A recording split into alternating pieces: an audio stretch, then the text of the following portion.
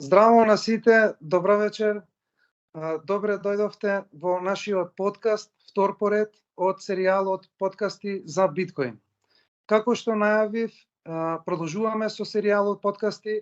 Овој пат на втората епизода, вториот подкаст во овој биткоин серијал е Никола Давидков, кој е криптоентузијаст, долго време во криптосферата и исто така модератор во најголемата група заедница на криптоентузијасти во Македонија. Чинам дека има преку 13.000 членови. Добре дојде, Никола, во Токен Падок, Македонија. Добро ве најдов, точно така, има преку 13.000 членови и е една од поголемите заедници, конкретно група на Facebook. Благодарам на тебе, Дарко, за поканата и се надевам дека ќе имаме одлично излагање и супер епизода. Задоволство мило ми е кога дискутираме на оваа тема. Се надевам дека понатака ова екипа ќе се прошири, ќе има и други ентузијасти што ќе се приклучат на овие разговори, на овие биткоин подкасти, затоа што главната цел е да се крене свеста на луѓето и да се разбере што е биткоин и зошто е биткоин различен од другите криптовалути. Ако не беше тоа случај, ние дефинитивно ќе зборувавме серијал подкасти за други криптовалути, но сметам дека дефинитивно не е случајно што биткоин е прв на педестал од појавата на криптосферата, од појавата на блокчейн, па се до денес. На овој подкаст ние ќе дискутираме на 4 подточки, што сметам дека се и тоа како битни да се обработат во овој подкаст. Со првата подточка што ќе одиме, Никола, е да објасниме за биткоин, најосновните елементарни работи на биткоин. Што е биткоин, да се објасни како функционира и зошто е различен. Но пред да продолжиме во подкастот, прво прашање би сакала да те прашам, Никола, што се пари? Одлично прашање, као за вовет, супер. Вака сега на кратко јас ќе споменам што сметам дека се пари, а се надевам и мнозинството од луѓе истото тоа го сметаат. Значи, парите се нешто што генерално е прифатено како плаќање. Значи, тоа може да бидат стоки, услуги, во денешно време декретни валути и така натаму. Значи, се што човекот дава вредност на одредено средство како медиум за плаќање, тоа се пари. Накратко е. Предпоставувам дека и прашањето ти е наменето во тој контекст, значи сакаме малку да ги едуцираме луѓето да ја видат поголемата слика. Значи, декретни валути не се пари. Ако во денешно време тоа е најопшто прифатеното средство за плаќање, не значи дека и во иднина ќе биде така и дека и понатаму декретните валути ќе бидат платежно средство. А што се декретни валути? Декретни валути се medium of exchange што е издаден од некој гувернер на централна банка на држава, било која држава во свет, значи со декрет на гувернерот на централната банка. Што значи тоа? Дека некој во посед ви ги има сите пари и дека е комплетно нешто централизирано. И со самото тоа што сме поборници за децентрализација, мислам дека и повеќе од доволно говори зошто декретните валути нема да бидат или нема да обстанат во иднина, ајде така да кажам. Така. Сега да почнеме едно твое објаснување кога би се сретнал со некој што не е запознаен за криптовалути, поим нема за биткоин, само така слушнале. Како би му го објаснил вака во накратки црти што е биткоин? Супер прашање. Благодарам на прашањето. Крива на иновација, значи кога ќе се појави нешто како иновација во општеството, најчесто си има свое време траење. Значи во конкретно за биткоинот се наоѓаме на самиот почеток, каде што иноваторите се секогаш првите, па потоа доаѓаат, значи, одредени други фази, сега да не ги набројувам, но ние сме во фазата, значи има early adoption, па late adoption, еве ќе ги кажам, па после иде после late adoption иде Мейнстрим.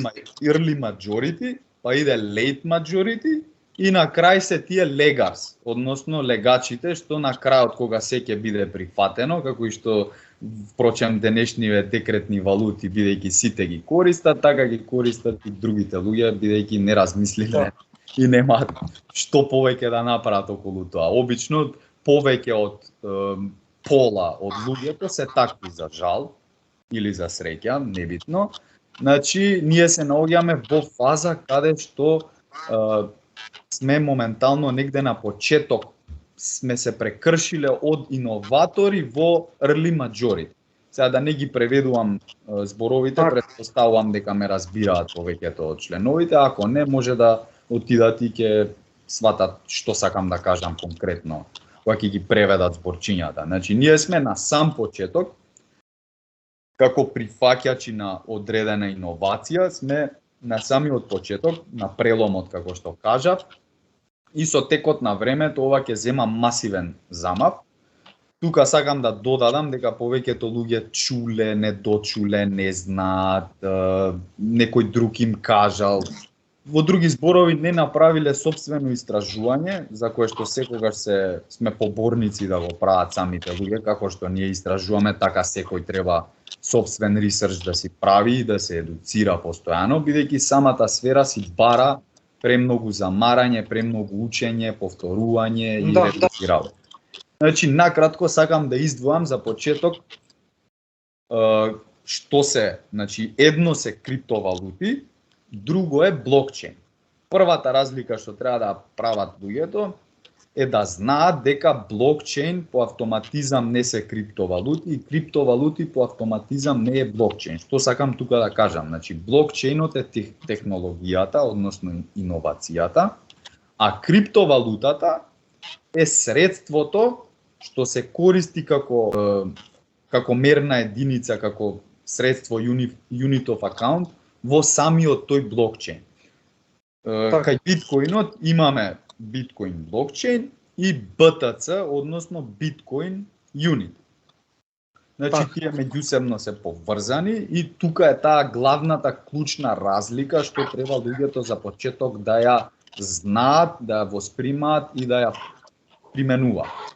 Бидејќи се сретнува многу дека не се во текстот, тие ги мешаат тие работи и многу е тешко на некој што нема подлога да му објасниш што е, како е, ќе се соочиш со отпор, нели нормално нешто непознато, па дали да ти верува, па дали. А како би се обидел во најкратки црти да му објасниш на некој што не знае? Како би му го опишал, пример? Па, како што споменам, значи, кога ќе ме праша некој што е биткоин, ќе кажам биткоин е единица во самиот блокчейн кој исто така се вика биткоин. Значи биткоин по автоматизам представува и блокчейн и криптовалута. И тука би му ја дообјаснувал разликата што е, како е, како што спомена. И тука би додал дека само е прво, односно пионер во криптосферата и дека е прва валута не случајно си има појавено за време на финансиската хипотекарна криза во 2008 година. Јас тоа накратко, кога ме прашува некој што не знаат, што нема буквално поим, немале интерес за криптовалути, блокчейн, така натака, јас накратко им го објаснувам, тоа е злато, ама дигитализирано. Еден нов вид на злато. Да. Дигитализирано. Во најкратки црти, за да можеш на некој... Од два збора. Да ме прашаше од два збора, истото ќе ти го кажев. Да. Јас обично добро што го спомна, значи ќе го забораев за малце. Обично им викам, значи на луѓе што ме познаваат дека пратам крипто и се тоа и ме прашуваат што е, јас им викам вака, им викам 5 збора. Peer, electronic, cash, system. И тука го додавам digital gold, како е, тоа се 2 збора, фактички 6, ама јас го додавам како еден збор го вметнувам и Тоа се 5 збора. Значи уште еднаш. Peer-to-peer, electronic, cash, system, digital gold. Толку. Да. Да. Да навлеземе малку по-конкретно. Биткоин наспроти другите криптовалути. Сега за тие што веќе почнале да учат, пример, почнале да следат за криптовалути, некои информативни емисии или пример еве подкастот, како нив ќе им објасниме зошто биткоин е различен од другите криптовалути? Како би им го објаснил тоа? Да го објасниме функционирањето на биткоин, самиот механизам. Така, по самото тоа што биткоин е пионер во оваа сфера, му дава доволно значење дека се раздвојува од другите. Тука имаш first mover advantage, така се вика тоа. Кога некој во одредена индустрија или во одредена сфера е прв, секогаш е пред останатите. И добро што ме праша, тука би сакал да напоменам, пошто сум и модератор во групава и пратам, значи многу луѓе го занемаруваат. Што сакам да кажам со тоа? Они гледаат многу добро дека е, како што кажа, прв на пиадесталот и на вреднувањето на ранкингот, но повторно не се одлучуваат првиот чекор да го направат во биткоин. Па прават анализи, па пратат секакви луѓе што анализираат и сето тоа. Анализираат се поврзано со биткоинот, но самите тие не влегле во старт со биткоинот. Тука е првата грешка. Конкретно сметам дека е грешка, бидејќи нешто кога е прво и кога има најголема пазарна покриеност, односно market cap или маркет капитализација, не случајно не треба да го занемариме. Зошто го кажувам ова? Бидејќи, како што реков, значи е прв на пиадестал, first mover advantage. Со текот на годините, од како е појавен white paperот, нели ќе напоменем и за тоа подоцна во епизодата. Да. Во 2008 е појавен, 2009 веќе почиња да се тргува, се прават првите трансакции, мејнетот стапува на сцена, се извинувам. Така да, од тогаш па наваму, биткоинот има еволуирано. Како поминуваат епизодиве, ќе разработуваме, ќе даваме информации, наеднаш е тешко се да се објасни. Да. Но мислам дека е доволно ја дадов за почеток сликава да им стане јасно зошто не треба да го занемарат. Не треба да ја прават таа грешка да го занемарат биткоин. Па макар и да купат 100 евра. Да. Значи не е битна сумата. Значи, не значи дека треба некој да има, како што е пример денешна цена 26, околу 26.000 долари, не значи дека ти треба да ги имаш тие 26.000 долари за да последуваш од биткоинот. Можеш едно мало фрагментче. А инаку јас знам зошто почетници што сега влагаат во овај стадион, да речам, на развојот на криптоиндустриите, јас знам зошто тие не купуваат биткоин, затоа што тие се водат само од еден мотив, а тоа е профитот.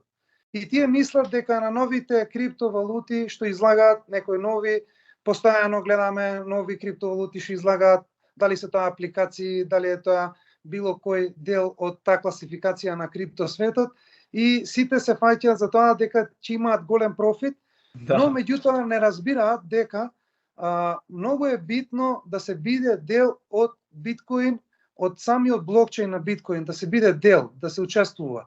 Дали имаме како купувачи, дали како мајнери, пример, како рудари, без разлика учеството во биткоин. Да. И самото учество во биткоин мрежа не можете вие да го замените со други.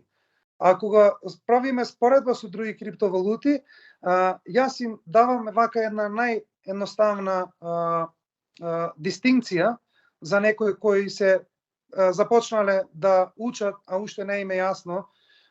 Наједноставно кажано е, замисли да имаш злато, како злато физичко да го поседуваш во споредба со акции. Значи, така најдобро би ги споредил овие криптовалутите со биткоин. Затоа што биткоинот е се биткоинот во едно, значи и злато во дигитална форма, бидејќи се копа, го има и моментот на кеш, бидејќи се праќа од една на друга адреса, го има и моментот сметководствен, што кажав, unit of account, нели со тој фрагмент од се тоа. Значи е јавен блокчейн каде што се е достапно, секој може да провери се буквално на блокчейн. И псевдонимен. Тоа сакав да го кажам. Значи не е анонимен, туку е псевдонимен. Сите сме еднакви, сите сме код. Тоа е така. Кога имаш злато, златото нема шеф, нема газда, нема корпорација, нема CEO. За разлика другите криптовалути функционираат на некој начин како акции, затоа што сите тие зависат од одредени ентитети што е вода таа криптовалута, дали е тоа апликација, дали е тоа мрежа, како блокчейн без разлика. Тоа морам да го прецизирам за да им постане јасно на другите. Така да кога имаш биткоин фактички исто кога имаш злато, кога имаш други криптовалути како да имаш еден вид на акции. Да. Сега има разлика меѓу тие криптовалути, има класификација во другите криптовалути и нивната намена, use case и така натака. Но меѓутоа тоа е главната работа каде што е многу битна да им спомним на нашите гледачи да направат таа дистинкција и да ја разберат. И затоа што на крајот на денот единствена 100% децентрализирана криптовалута што постои во криптосветот е биткоин. И единствена што не може да доживее никаков вид на цензура. Тоа е многу битно. И е глобална, бидејќи е прва, како што кажа, во секторот.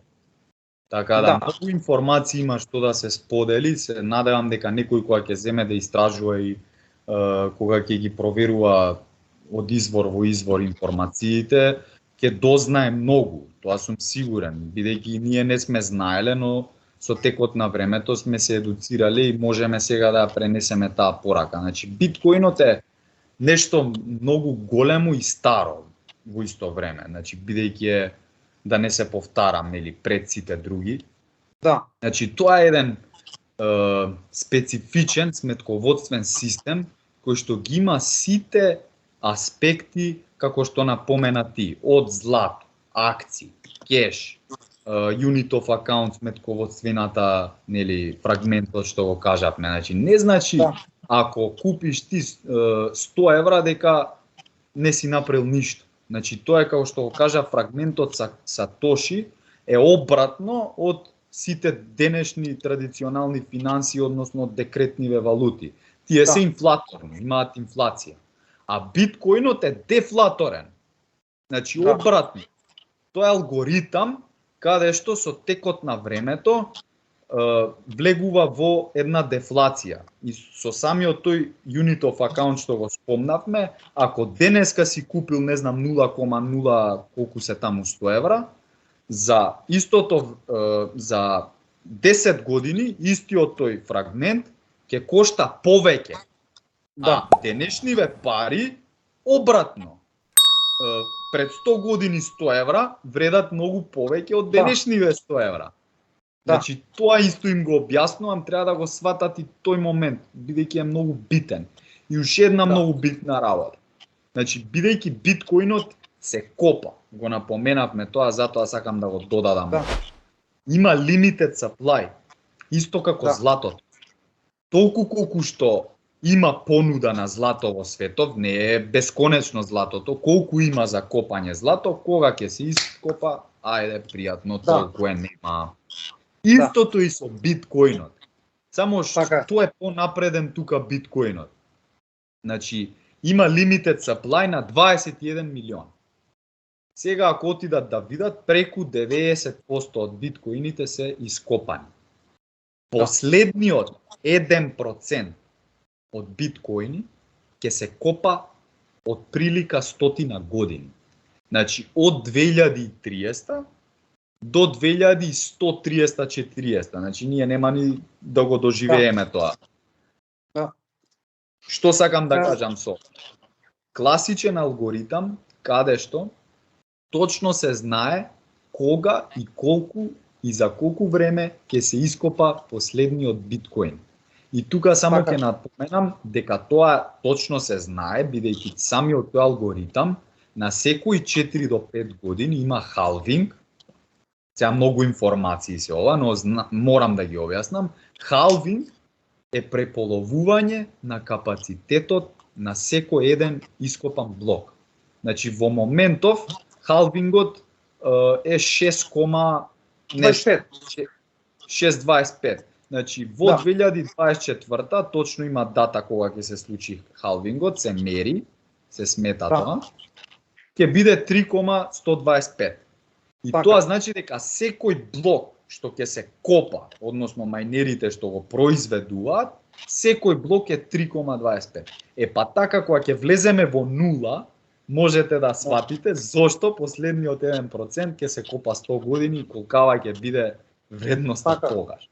Три работи се најкардинални карактеристики, најбитни за биткоин. Од тие три најбитни ти веќе спомна за неговата ограничена залиха и со тоа му дава една реткост и фактички со тек на време како ќе расте поборувачката, тоа ќе му додаде додатен притисок да оди цената горе, но исто така што јас сакав да додам на тоа, од тие три кардинални карактеристики што биткоин ги има, исто така би додал дека е финансиската сувереност. На секој еден што држи дел од биткоин или биткоин му дава финансиска сувереност со тоа што тој што ќе го поседува тој дел не може никој да го узурпира, не може никој да го цензурира. Тоа е фактички буквално како да поседувате злато, но проблемот кај златото што тоа е физичко и не можеме да го трансферираме. И третата тука карактеристика што е најбитна исто така од тие три најбитни карактеристики е таа трансакционална вредност, каде што нема лимит, нема граница. Биткоин може од секаде на секаде да се преносе таа вредност што ја има моментално и може да се пренесува. Така да сакам да појаснам дека еден биткоин е секогаш еден биткоин. За да разберете оваа економија како функционира и за тоа пред малку ти што спомна за инфлацијата, јас велам мерете на секоја на се што купувате, мерете го во сатоши. Мерете го и ќе видите дека фактички со биткоин се станува поевтино. Ако ја користите фиат валути станува поскапо. Таа е таа работа што ја спомна кај дефлационата карактеристика што има биткоин поради исто ова за ограничена залиха што ја има. Блокчейн на биткоин, за разлика од овие другите криптовалути што имаат доказ за удел, proof of stake, таков консензус, тие можат да се променат. Самиот механизам во самиот блокчейн може повторно да се промени, може поинаку да се смени и така натака. Кај биткоин не може да се промени, имаше исто дебата за ова и имаше некои неписмени јутубери како BitBoy, што има 1,5 милиони следбеници, дечкото е неписмен, кажуваше дека биткоин треба да се смени во доказ удел. Прво тој не разбира дека тоа не е возможно. Теоретски да, но меѓутоа практично не е возможно, затоа што во таа една ситуација ќе треба сите мајнери да се согласат да речат окей, сега ние се откажуваме од милиарди инвестиции, мултимилионски инвестиции за мајнери, за се, да се регистрираме како фирми, па што имаме фирми такви, да се откажат и од минирањето и за да го префрлат на Proof of Stake, но меѓутоа тоа не би бил тој блокчейн, туку тоа би било hard fork. И тоа hard fork, да појаснам, значи објаснува се мисли на таа карактеристика да се префрли и да се изменат други работи. И во тој случај тоа не би било, фактички не е возможно. Тоа сакав исто така да го напоменам. Значи, тие се многу битни карактеристики, затоа што кога купуваш биткоин, ти си сигурен дека во наредните 100 години тоа е тоа. Не може да биде нешто второ, нешто трето и така натака. За разлика од другите криптовалути, каде што во голем степен зависат од тие луѓе што ги менаџираат. Така е, па повеќето се централизирани, повеќето не се proof of work. Јас ако не се лажам, но у топ 100 сигурно мислам дека proof of work се Dogecoinот и биткоинот само. Ако не се лажам. Па има сега една нова излезе Каспа, има графиско майнирање, ама се уште е во рана фаза, не знаеме како ќе се одвива сета таа приказна. Исто Ethereum Classic, јас го нарекувам zombie chain, затоа што буквално во Ethereum Classic ништо не се случува, Значи, Нема топ 10. програмери што работат и нема луѓе што прават трансакции, едноставно само постои за да се мајнира графички и моментално е тотално неисплатливо. Така да кој ќе гледаме тие фундаменти, џабе. Исто така Monero морам да спомнам. Monero е консензус каде што има proof of work, доказ за работа, но меѓутоа е во комбинација со графички картички и процесор. Во таква комбинација. Мислам дека и Litecoinот има некоја таква комбинација. Litecoin, да, Litecoin исто така, да, убаво што ме потсети да не го забравам. Да, Bitcoin Cash, ама тие се буквално hard fork на Bitcoin. Тие се буквално копија на Bitcoin, тоа да го појасниме за луѓето. Па и Dogecoinот исто така. Да. Океј, да одиме сега на втората подточка од овој подкаст, за да видиме, да подискутираме за најбитните работи настани околу Биткоин. Од појавувањето на white paper, белата книга на Биткоин, па натака. Што би извоил ти, што би сакал да го споделиш со нашата публика? Па веќе еве ги спомнавме овие копии што се hard forkoви на биткоин, тие се уште се базирани на биткоин мрежата, но се одвоени и имаат исто така и сопствена мрежа. Кога кажувам мрежа, мислам на блокчейн мрежата. Така да многу настани, точно по година не ги знам. Исто тука има доста иновации, каде што беше нели Segwit ова новитетот. Потоа имаше некои нови нели овие стариве адреси со нови адреси каде што се менјаат. Исто така во денешно време постојат апликации каде што без фи, мислам дека Strike се вика апликацијата во Америка и во места каде што има помалку развиени банки или воопшто нема банки и ти дава можност било каде во светот и да си да платиш од една, тоест да пратиш од една адреса на друга адреса буквално за нула фи. Значи нула. Тоа е исто нешто премокно. Тука исто сакам два настадам дека веќе биткоинот е legal tender, односно што сакам да кажам со legal tender, дека е државна валута во две држави официјално во светот, тоа се Ел Салвадор и Централно-Афричка република. И сега да не кобам од пред време, да не зборам, но во најава има уште најмалце 3 до 4 држави што во следнава или во 2025 ќе го направат legal tender. Исто така има многу валути, многу држави во рамки на Америка, нели? Они се повеќе држави во една. И таму има неколку држави каде што дозволуваат да поседуваш буквално биткоин и мислам дека ја споделив таа информација, се води биткоинот како платежно средство. Да. Сега следи нели ова со ETF-от што треба да го прифатат, нели. Многу информации има. Сега да не ги трупам. Јас би ги додам, да, супер е сето тоа. Убави примери даде. Јас бих сакал најбитните датуми некои да ги спомнам, што се интересни, ќе бидат интересни за нашите гледачи. White paper, белата книга излага крајот на 2008, чинам дека беше ноември. И инаку самиот биткоин блокчейн и првото мајнирање, што го викаат Genesis блок, тоа значи првиот блок на трансакции, е во 2009 почетокот. Јас 22 мај го славам, на овој 22 мај бев во Битола на пица, затоа што е Bitcoin Pizza Day, а тоа е уствари првата комерцијална трансакција на биткоин, што се случила во 2010 година. И од тогаш натака веќе имаме доста такви трансакции во биткоин, што се комерцијални трансакции за вредност, за услуги и така натака. И секако првиот халвинг во 2012, тоа што спомна ти, по тој механизам на халвинг на секој 4 години, со таа му дава една дефлациона вредност на 2013, тогаш прв пат веќе Кина одат против биткоин, уште од 2013, јас затоа и се смеев кога имавме едни фат такви вести пред лани и пред 2 години. Као Кина го забрани, а Кина го забрани од 2013.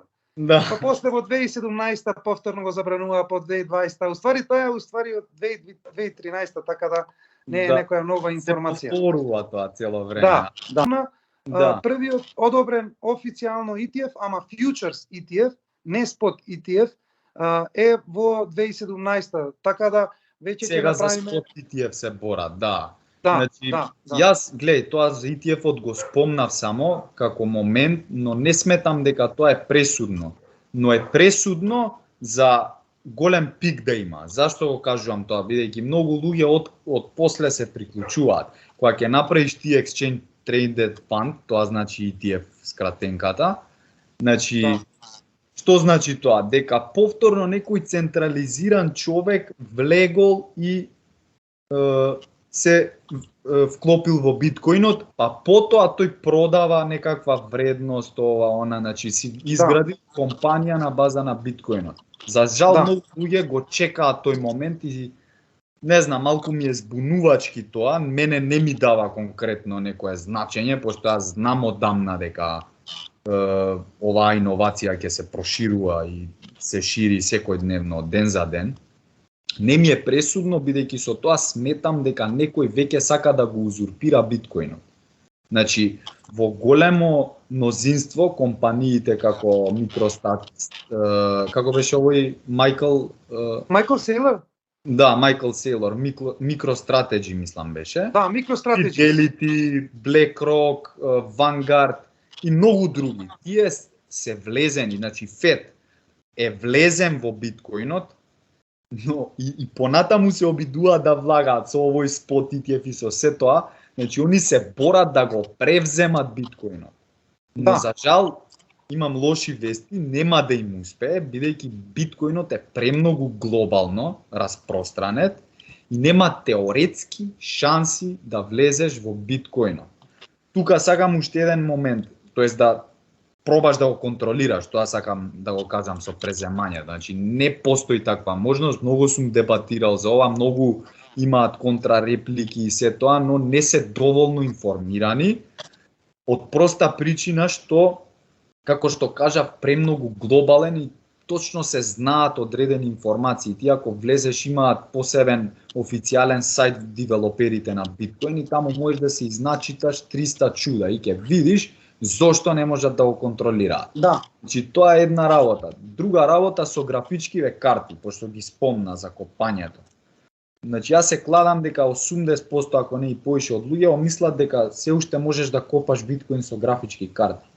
Не значи, можеш. Тоа не е возможно. Да. Одамна не е возможно. Бидејќи толку многу има напреднато самиот блокчейн што бара proof of work, значи бара одреден влог, ти да вложиш за да дојдеш до некаков профит. Има barrier of entry, за жал. Некои други валути и повеќето други немаат бариери за влез. Но кај биткоинот има и затоа е proof of work. Кога некој ќе направи некаков влог и кога ќе заврши одредена работа, тогаш ќе биде награден. Но не случајно денеска и уназад колку таму 5-6 години може биткоинот со графика. Тоа е доволно како показател дека не можеш да го контролираш, премногу е глобален, ти да сакаш нешто да направиш, не можеш. Тука само ќе додам и краткиот податок дека луѓето што купиле биткоин, јас ги сметам за иноватори, за почетни се адоптери, како да го прифаќачи на биткоинот, и тоа се доста интелигентни луѓе. Зошто? Сега не велам јас дека сум интелигентен или ти, но самиот податок што 80% од луѓето што го купиле биткоинот никогаш не го продале, доволно кажува за тоа зашто има store of value.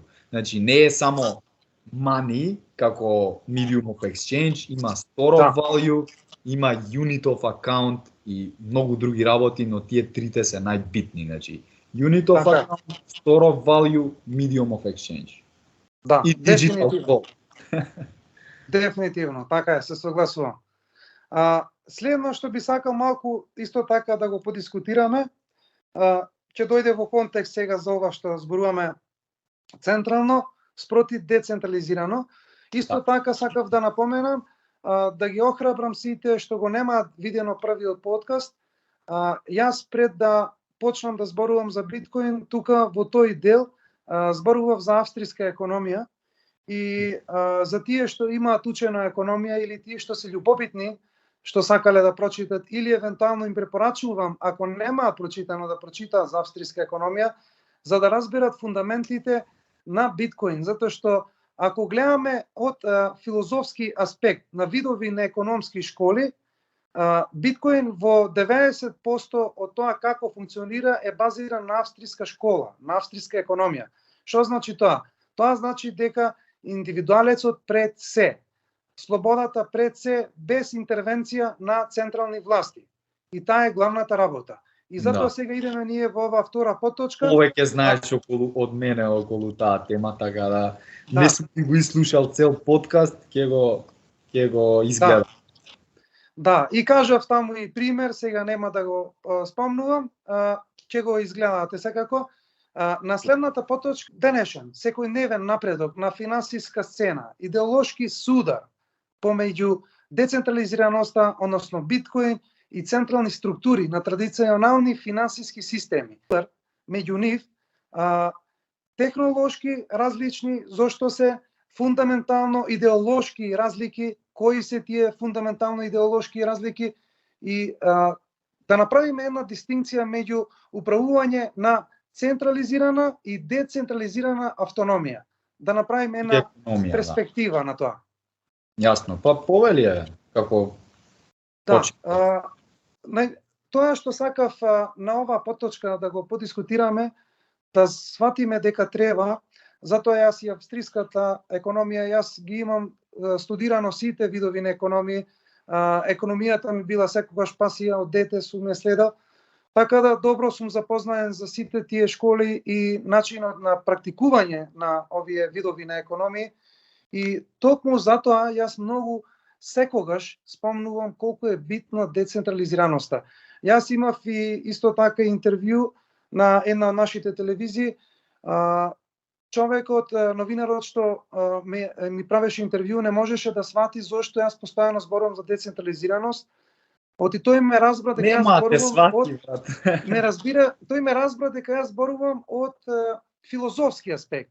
Но напротив, не е тоа филозофски аспект, туку тоа е нешто конкретно, затоа што денешно време, кога го гледаме овој аспект на централизирана наследна економија и ова нова вид на економија заедно со нови технологии, начело со биткоин, главната работа е што овој наследен централистички уред економски се базира на доверба.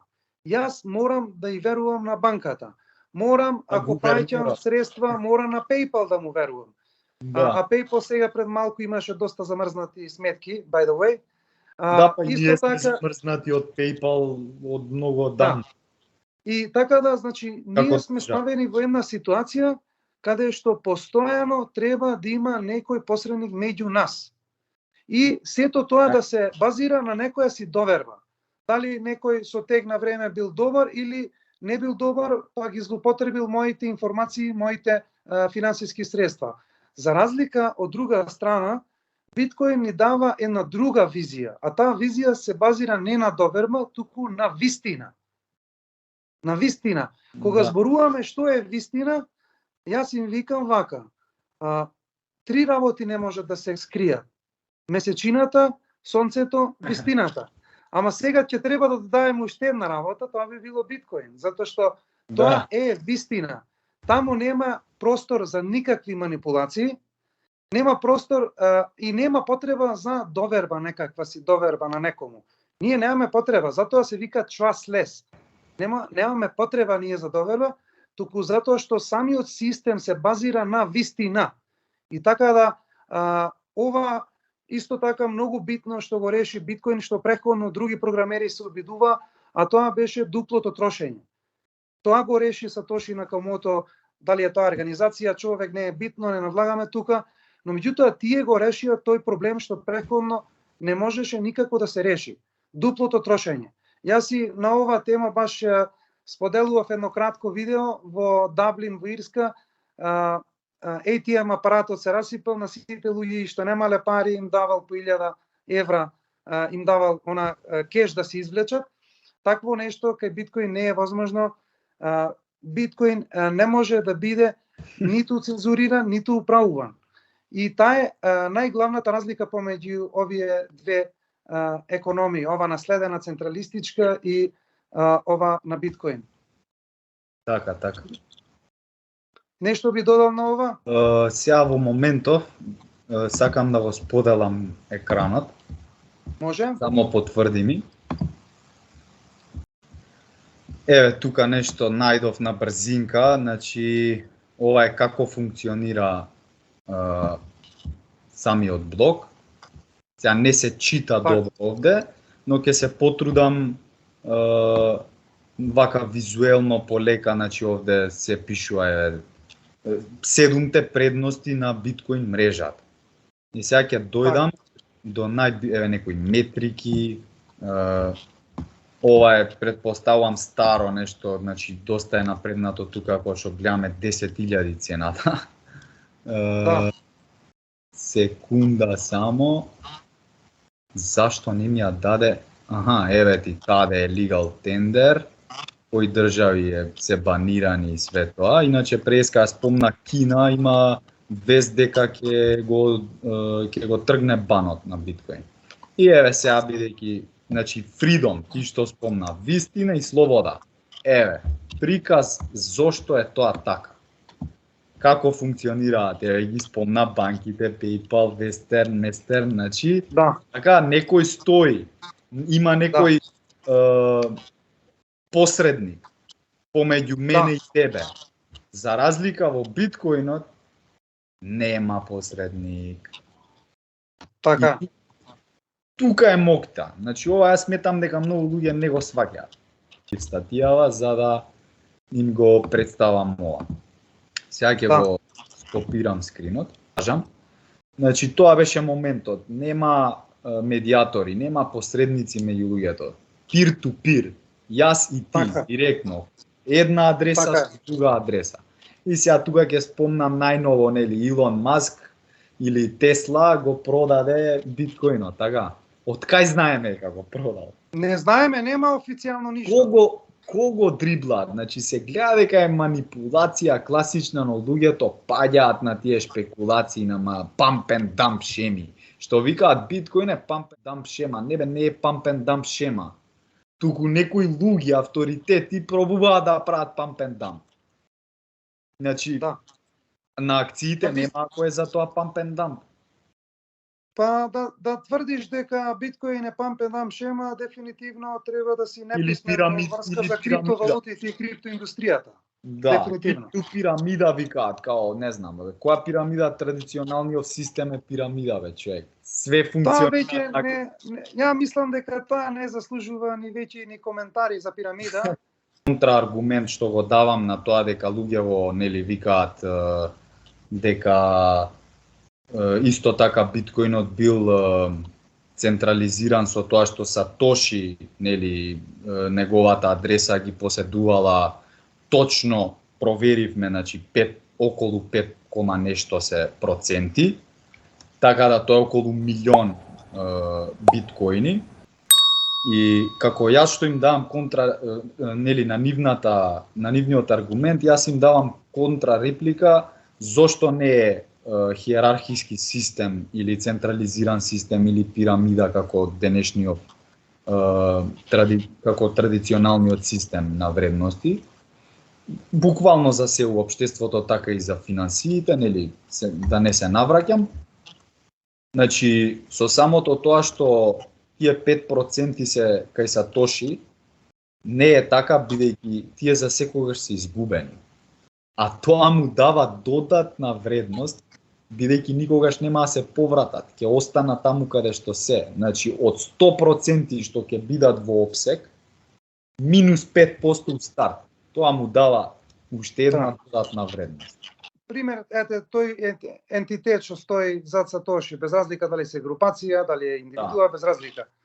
Дури да речеме дека не се загубени. Пример. Сепак тоа е само 5% од залихата што имаме денес. Од таа што ќе биде изменирана, ќе биде подолу од 5%, 4,7% би дошло, горе-долу, отприлика. Да. Но, ако споредуваме со сите други криптовалути, јас одговорно ти тврдам дека кај сите, јас сум правил фундаментална анализа на преку 2000 коини и токени. И можам да тврдам дека на најмалку што има, што некои држат залиха, што е направиле одредена криптовалута, најминималниот негде што го најдов просек е негде 30% од цела залиха. А сите други просек е обично 50-40% е просек. 40 и нешто е просек. Абе и 15 имаме како да е пута 5 од тоа што е на биткоин. Значи неспоредливо е. Еве пример, нов токен, прилично нов, за Арбитрум. Јас и за тоа твитував, пишував и на Facebook, објаснував зошто Арбитрум нема никаков utility, самиот коин зборувам на Арбитрум. Мрежата е супер, но меѓутоа самиот коин нема utility. Зошто? Не плаќаш трансакции со него. Voting governance е само пишано на хартија, значи гласање за сите тие што го одржат, веќе и се докажа тоа на почетокот кога требаше да ги трошат парите од залихата што ги имаат во нивните резерви, што ги викаат treasury. Се покажа дека тука луѓето што го држат тој коин фактички немаат право на глас, практично, но меѓутоа теоретски постоеше тоа, пишано дека има наводно. И најпоследното, 88% залиха имаат дечките и treasury. Над 80%, чинам дека беше, дури фаќаше негде 82%, мислам дека беше. Треба уште еднаш да проверам. Тоа е тоа. Значи, тие се фундаментални работи, затоа ние ова го правиме, затоа овој подкаст го правиме, затоа што целта е да се пренесе нашето познавање, нашето знаење и да го пренесиме тоа на другите луѓе, да разберат дека секој еден што влага во криптоиндустријата, во криптосветот, како инвеститор, мора да почне од биткоин. И секој еден, јас него есапам за криптоинвеститор ако од дел од своите купувања нема барем малку биткоин.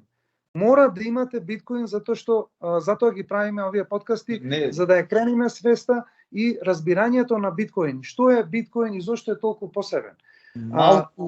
Малку боле ич да немаш. Значи малку исто ко ич, бе, брат. Дали имаш 10, 15, 20, 30%, ти исто ко нула. Сега не е буквално исто, ама е малку, брат. Значи, подобро е ништо.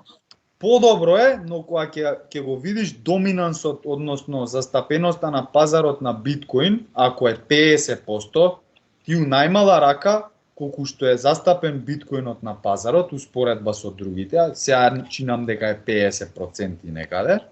Значи, ако е 50%, ти пола од твоите средства треба у биткоин да ти бидат.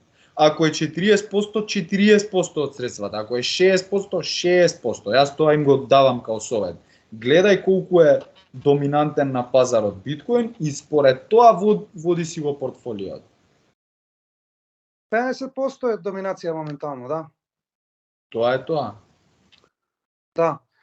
Наследната точка што би сакал да е малку да подискутираме пред да завршиме со овој биткоин подкаст е за финансиското вклучување, финансиска инклузија.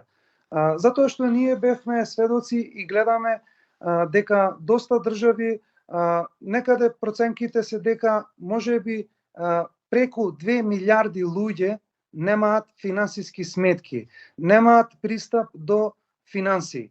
И за тие луѓе животот станува и е многу потежок, за разлика од ние што сме научени на угодност во финансискиот свет. Токму на оваа тема сакав да подискутирам, затоа што овој долгогодишен проблем на оваа наследена економија со овој банкарски систем, очигледно дека не го реши проблемот на овие луѓе. И токму сега во оваа ситуација идеме во ситуација каде што биткоин го решава овој проблем. Сатоши го решил, брате, уште од време. Да. зошто финансиска вклученост е многу битна за сите луѓе да имаат можност на финансиска вклученост. И како што знаеме, денес се соочуваме со тој проблем каде што голем дел од населението во светот немаат. Но овој проблем го решава биткоин заради неколку причини. Првата работа е пристапност. Пристапноста за биткоин е многу едноставна. Значи треба да имате само еден телефон. Интернет. Верувајте, имаше за тие што не знаат, дури не треба да е смартфон, не треба да е паметен телефон. Можеме ние биткоин да пренесиме со обична SMS порака на обичен телефон, верува или не. Така да имаме и такви случаеви луѓе што буквално немаат смартфон, немаат интернет конекција, но меѓутоа имаат биткоин, фрагмент од биткоин, сатоши имаат за да пренесат одредена вредност меѓу себе за размена на стоки и услуги. И тоа е таа пристапност што ја дава биткоин и исто така заедно со тоа би било ниската бариера за влез. Што значи тоа? Значи да отвориме ние биткоин сметка, трансакциона сметка да отвориме буквално како што одиме во банка. На банка треба документација, треба тие да ни дозволат и така натака. Но овде ние тоа можеме да постигнеме само со еден клик. И ова исто така, зошто финансиска вклученост е битна? Затоа што ние сите имаме искуство и јас сум бил странство, кога сум бил странство сум праќал средства тука во Македонија на роднини пријатели. Многу луѓе тоа го прават низ светот, што работат во западниот свет и заработуваат таму и ги праќаат назад дома кај роднини и пријатели и за финансиска поддршка. Ова е проблематична работа, денес е уште проблематична пред појавата на биткоин, затоа што ние за да го направиме една таква трансакција, навистина е многу скапа работа, а доколку нашите луѓе што треба ние да им пратиме финансиска трансакција, ако тие немаат банкарска сметка, станува уште потешко. Така да тие треба да бараат алтернативи како Western Union или MoneyGram и така натака. Да. Но повторно имаме ситуација каде што има држави, особено во Јужна Америка, во делови од Азија и поголемиот дел од Африка, каде што луѓето немаат ни до такво нешто пристапност. И овој проблем го решава биткоин со тие меѓународни трансакции и исто така колку кошта самата трансакција на биткоин. Сега со Lightning Network, со Layer 2 на биткоин спомна преска според Lightning. Буквално да. Тоа е уствари страјки апликацијата на Lightning базирана. Така е. Тие сега трансакции стануваат прекогранични трансакции, било какви, се буквално без пари. И тоа што го спомнавме пред малку, со микротрансакции, тие што би ги правеле преку Lightning Network, фактички ние имаме шанса за дополнително да заштедиме. И најинтересната работа е во Селава приказна, покрај тоа праќање, ние исто така додека чуваме биткоин, поради тоа што го спомна и ти пред малку, таа дефлациона вредност. Дури ако не ги потрошиме тие пари што фамилијата, пријателите не ги пратиле од странство преку биткоин, само што ќе чуваме таа вредност во биткоин, таа вредност ќе расте со тек на време. Гледаме дека фактички луѓето имаат можност да дојдат до финансиски услуги токму поради биткоин. И што е најбитното, ние што сега во моментов го правиме е едукација и кревање на свеста кај луѓето, точно, и кревање на свеста кај луѓето за биткоин, за да разбериме зошто овие се многу битни работи и дефинитивно секој треба да ги знаеме, затоа што на крајот на денот биткоин е дигитално злато, што е еден слој на пари на интернетот.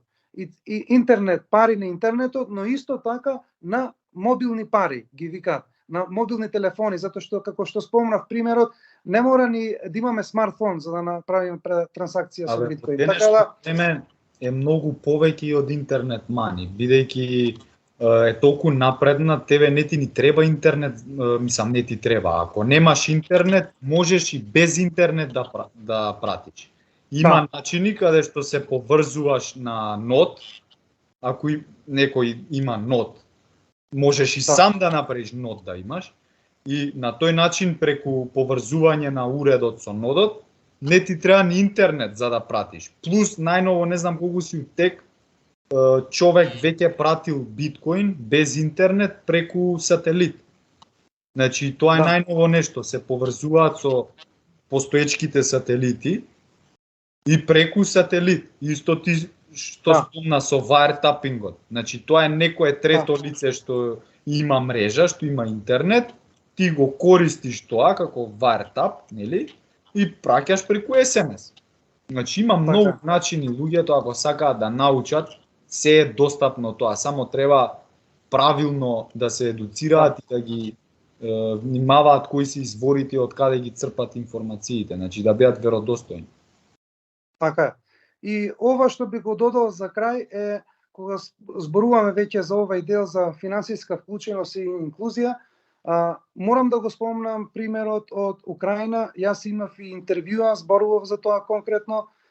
Имавме многу ситуации на избеглици што не можеа да ги повлечат своите тешко заработени пари во нивните валути каде што се наоѓаат, во случајот во Украина, но меѓутоа имавме и други држави, да не заборават луѓето дека само во Украина има војна, има и во други земји, како Јемен пример, како Либан пример, и такви други држави кои се во постојана војна, и луѓето едноставно ги изгубија животите, своите заштеди, не можат да ги повлечат парите, но на многу луѓе од нив, тие што беа попаметни и што беа со отворен ум, веќе практикува своето богатство да го претворат во биткоин и да можат да одат како да бараат азил во други држави. И тоа е многу битно да спомниме. И за крај на финансиска инклузија, јас исто и тоа за тоа зборував на други интервјуа, да не забораваме дека Русија,